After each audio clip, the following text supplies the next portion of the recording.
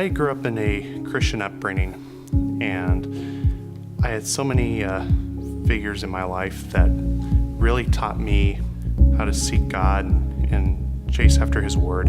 The biggest figure in my life, or one of them at least, was my aunt. And she taught me so much about how God loved me and everything. And I had lost her in 2009, which was a very tragic loss. And I kind of lost myself for a while. But my senior year of high school came around, and my pastor there actually said a verse to me, and it really struck me. Because the conversation he had with me was, how is your personal relationship with Christ? And I didn't know how to answer that question. And he read me a verse from Romans 10, verses 9 through 13.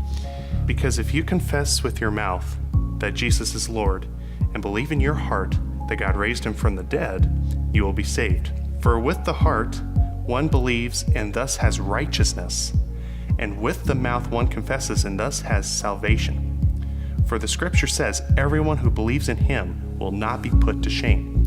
For there is no distinction between the Jew and the Greek, for the same Lord is Lord of all, who richly blesses all who call on him.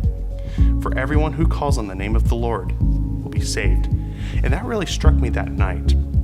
I remember getting carryout food at Outback Steakhouse, and I broke down into tears.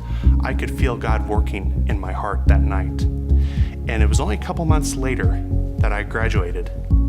And the song that played struck me in the same way.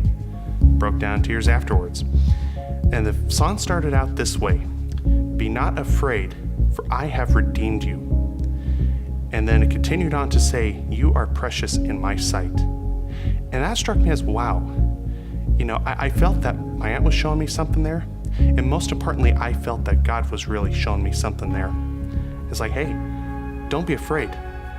You're saved. If you believe in me, you're saved. My name is Mike, and that's how I got saved. Oh, I got saved.